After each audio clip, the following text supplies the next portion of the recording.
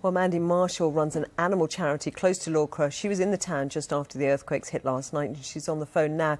Mandy, tell us your experience last night.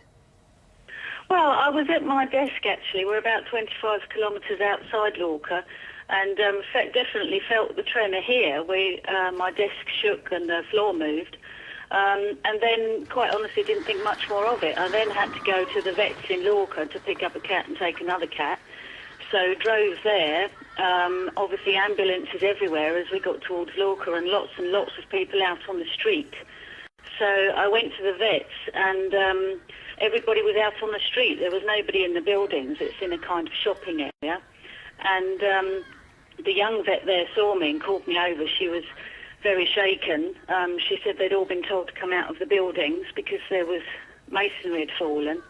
So there were obviously animals still in the vets, so she had to go in and get them out one by one.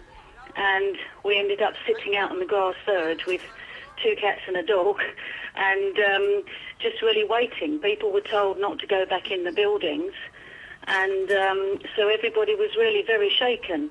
In that area there was a lot of fallen masonry, and I understand that overnight everybody really in the area was told not to go back to their homes, so they had to find other places to stay. And we're just watching pictures of the fallen masonry and the amount of dust and chaos and distress caused by all of that last night.